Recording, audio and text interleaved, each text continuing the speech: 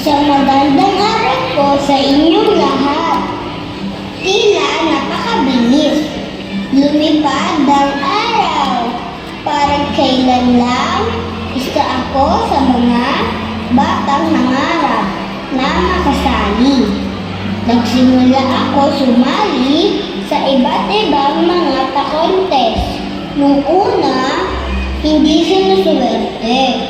Minsan palaging talo.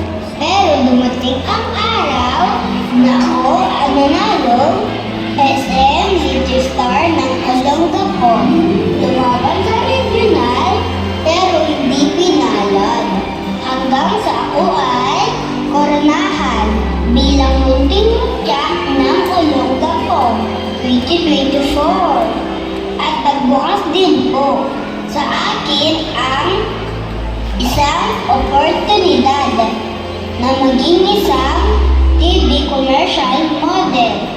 Gusto ko pong magpasalamat sa lahat ng nasa likod ang aking tagumpay.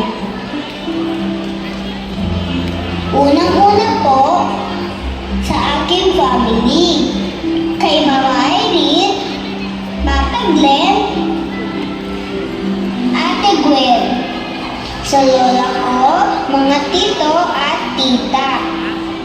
At sa dalawang malapit di po sa puso ko, Ate Nalet and Tita Green. At palagi sumusuporta sa akin. Mahal po kayo.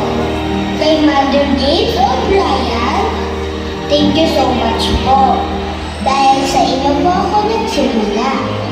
At palagi niyo po ako sinasali sa mga contest dati. Maraming salamat din po sa lahat ng mga sinusuot ko magagandang damit. I love you po. Sa mga organizers po, Ma'am Fifi Legaspi, Ma'am Len, Ma'am Lay, at sa lahat ng tourism staff, maraming salamat po.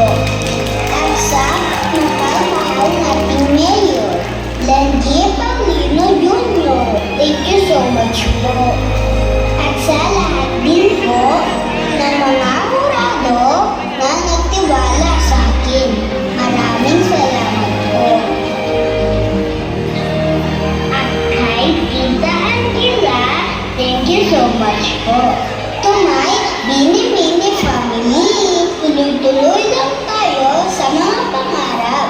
Kay Tita Isaknis, thank you so much po sa tiwala. Love you po. Sa mga kapwa, kata, win or lose, ay dapat huwag nyo susukuan imong mga pangarap.